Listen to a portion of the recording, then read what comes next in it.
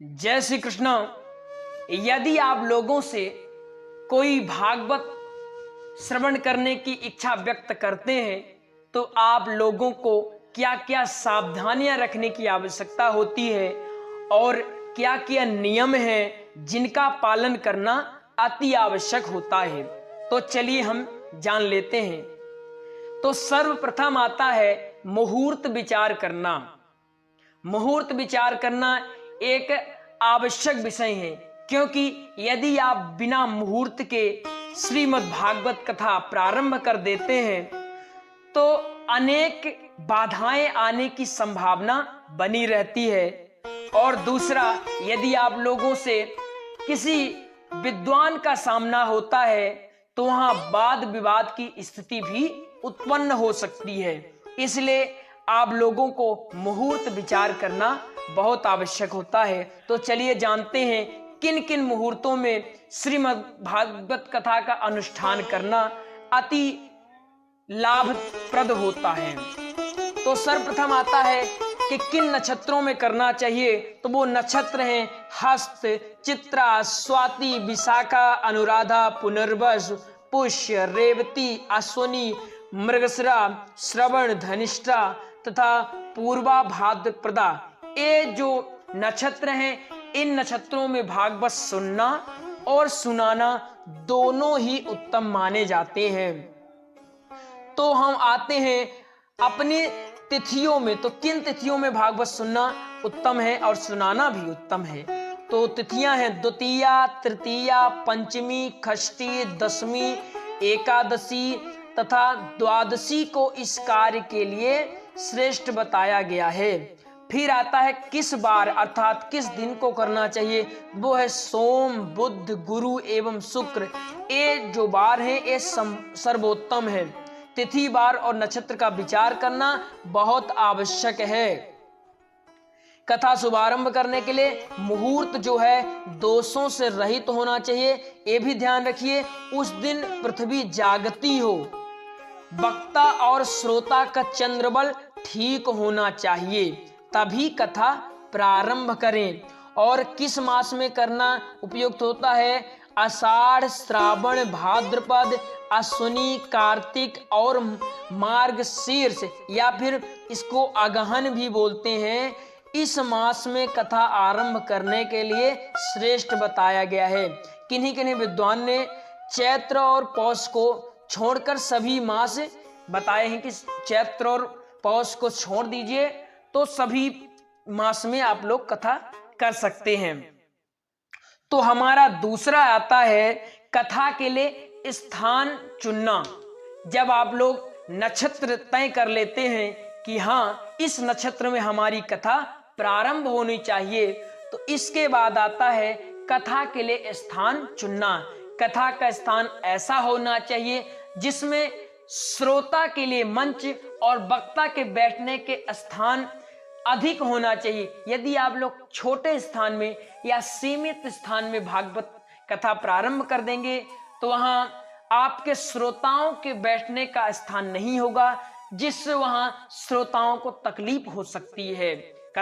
इसके विपरीत कथा पंडाल तो ऐसा होना चाहिए जिसमें लाखों पब्लिक आकर के आपकी कथा विधि पूर्वक सुन सकें, जिससे आपको और आपके श्रोताओं को अच्छा लाभ हो। तो कथा स्थान ऐसा होना चाहिए कि चारों तरफ गंदगी ना हो, सफाई होनी चाहिए। एक और बात, यदि नदी का किनारा है, वन है, उपवन है, तो यहां तो उत्तम माना ही जाता है। मंदिर और अपने स्वयं के घर में श्रीमद् भागवत का अनुष्ठान करवाना बहुत उत्तम माना जाता है। यहां करवाने से हजारों गुना लाभ प्राप्त होते हैं। इसलिए घर अथवा मंदिर में श्रीमद् भागवत कथा करवाएं। हमारा तीसरा चरण है जिस स्थान पर श्रीमद् भागवत कथा करवाना है उस स्थान को अच्छे से गाय के गोबर और पीली मिट्टी से लिपाएं। यदि वह स्थान पक्का बना हुआ है तो उसको जल से धुलवा सकते हैं। चौथा चरण आता है पंडाल निर्माण करवाना। पंडाल बड़ा होना चाहिए, बृहद होना चाहिए, जिसमें बहुत सारे श्रोता आकर के कथा श्रवण ठीक ढंग से कर सकें। पंडाल आपका बड़ा आकर्षण ढंग से होना चाहिए। पंडाल के लिए एक बात ध्यान रखेंगे, पंडाल कभी भी हरे रंग का नहीं होना चाहिए। हरा रंग शास्त्रों में दोष माना गया है, इसलिए पंडाल, खासकर पंडाल हरे रंग का नहीं होना चाहिए और आप लोग किसी भी रंग का करवा सकते हैं। पंडाल बड़ा होना चाहिए। चौथे चरण में आपका आता है मंच निर्माण करवाना। पंडाल के बाद मंच निर्माण करवाना होता है। मंच कैसा होना चाहिए? मंच आपका 3 से 3.5 फुट का होना चाहिए। मंच भी आप लोगों का बहुत आकर्षण होना चाहिए। मंच के बाद आता है व्यास पीठ का निर्माण करवाना। मंच के ठीक ऊपर व्यास पीठ का निर्माण करवाना होता है। व्यास पीठ का मुख किधर होना चाहिए? ये बहुत आवश्यक बात है, इसको भी जान लीजिए। जो वक्ता है उसका मुख पूर्व दिशा की ओर होना चाहिए और जो श्रोता है उसका मुख उत्तर दिशा की ओर होना चाहिए। यदि श्रोता का मुख पूर्व की ओर है तो वक्ता का मुख उत्तर की ओर होना चाहिए। एक बात और जान ले, यदि ये दिशाएं वहां उपलब्ध नहीं है तो दक्षिण दिशा को छोड़ करके आप लोग किसी भी दिशा की ओर मुख करके बैठ सकते हैं। व्यास पीठ निर्माण के बाद आता है श्री भागवत जी और श्री कृष्ण जी के लिए स्थान देना, जो कि आप व्यास पीठ के ठीक ऊपर कर सकते हैं। अर्थात जहां आप बैठे उसके ठीक सामने श्री कृष्ण जी और श्री भागवत जी को विराजमान करिए। श्री कृष्ण जी का मुख श्रोताओं की तरफ होना चाहिए। इसके बाद आता है तुलसी माता के लिए स्थान देना। तुलसी माता को आप व्यासपीठ के अगल बगल दाईं और बाईं ओर दे सकते हैं। जिन तुलसी माता का विशेष पूजन करें उसके बाद वहां पर उनको स्थापित कर दें। प्रत्येक दिन उन पर जल चढ़ाएं, अक्षत चढ़ाएं, पुष्पमाला चढ़ाएं इत्यादि कर सकते हैं। इसके बाद आता है महत्वपूर्ण विषय, जो कि है पीठ निर्माण करना। याद रखेंगे, पीठ निर्माण कभी भी मंच पर नहीं करना है। पीठ निर्माण सदैव आपको पृथ्वी पर ही करना है। पृथ्वी पर आप एक चौकी पर कपड़े बिछा करके विभिन्न पीठों का निर्माण कर सकते हैं। तो पीठ निर्माण किनकी करना है वो भी जान लीजिए।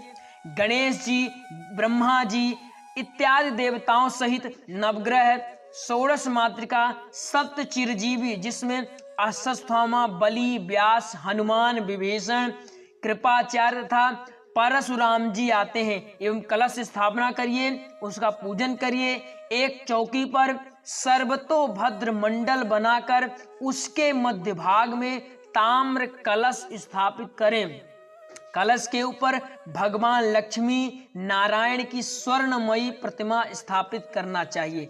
यदि स्वर्णमयी नहीं प्रतिमा है तो उस पर आप नारियल रख सकते हैं या अक्षत रख के उनको बस मान सकते हैं कि हाँ लक्ष्मी नारायण हैं। कलश के बगल में ही भगवान सालग्राम सिंहासन विराजमान कर देना चाहिए। सर्वतोभद्र मंडल में स्थित समस्त देवताओं का पूजन करने के पश्चात भगवान नर नारायण, गुरु, वायु, सरस्वती, शेष, सनकादि कुमार, सांख्यायन, पाराशर, बृहस्पति, मैत्रेय तथा उद्धव का भी आवाहन, स्थापन एवं पूजन करना चाहिए। फिर इसके बाद त्रयारुणी आदि 6 पौराणिकों का भी स्थापन पूजन करके एक अलग पीठ पर उसे सुंदर वस्त्र से आवृत करके श्री नारद जी की स्थापना एवं अर्चना करनी चाहिए। नारद जी की स्थापना भूले नहीं, उनका विशेष आवाहन करें। इसके बाद आधारित पीठ, पुस्तक एवं व्यास यानी वक्ता का भी यथा प्राप्त उपार्चनों से पूजन करना चाहिए। इसके बाद आप लोग श्री व्यास जी की पूजा करें, श्री कृष्ण जी की पूजा करें, वहां पर विराजित श्री भागवत जी की पुस्तक की भी पूजा करें। इन सब की स्थापना के बाद ब्राह्मणों द्वारा इनका विधिवत पूजन कराया जाना आवश्यक है। इसके लिए आप लोग उसी ब्राह्मण का चयन करें जिनको इन समस्त क्रियाओं की जानकारी हो। ऐसा ना हो कि उनको इन सब का ज्ञान ना हो, बस ऊपर ऊपर करवा दें, क्योंकि इनका बहुत विधान से पूजन किया जाना बहुत आवश्यक है। फिर इसके बाद आता है कलश यात्रा। कलश यात्रा में आप विभिन्न नदी तालाबों, विभिन्न देवी देवताओं, ग्राम देवताओं को आप लोग आमंत्रण देते हैं और नदी तालाब से जल लेकर आते हैं। नियम है कि पवित्र नदियों का जल लाएं। यदि नहीं मिल पाता है तो आप उन्हीं नदियों का पूजन करके जल ले आ सकते हैं। हाँ, जल लेने से पहले जजमान को चाहिए कि जजमान जो है उनमें स्नान करे, उनका विधिवत पूजन करे। उसके बाद शोभा यात्रा, कलश यात्रा उसी को शोभा यात्रा बोला जाता है। उसके बाद शोभा यात्रा करें। जजमान अकेला ना हो, जजमान और जजमान की पत्नी दोनों साथ शोभा यात्रा में शामिल हों। फिर इनका पूजन करने के बाद क्षेत्रपाल को आमंत्रण दें। क्षेत्रपाल को आमंत्रण देने के बाद आप लोग पूरा नगर भ्रमण करें। नगर भ्रमण करने के बाद पंचदेव की पूजन करें, गौरी गणेश का पूजन करें, हवन करें। इसके बाद जब कथा प्रारंभ होनी हो, ये जो शोभा यात्रा है कथा प्रारंभ होने के 4-5 घंटे पहले ही कर लें, ताकि आप लोग प्रथम दिवस की कथा भी कर पाए, नहीं तो समय नहीं बच पाता है। इसलिए शोभा यात्रा को 4 से 5 घंटे पहले ही प्रारंभ कर देना चाहिए। एक बात और याद रखें, कथा प्रारंभ होने के पूर्व ही जजमान को मुंडन करवा लेना चाहिए। यदि जजमान मुंडन करवाने से इनकार करें तो आप लोग उनको कथा न सुनाएं, क्योंकि ऐसा करने से कथा प्रवक्ता को दोष लगता है।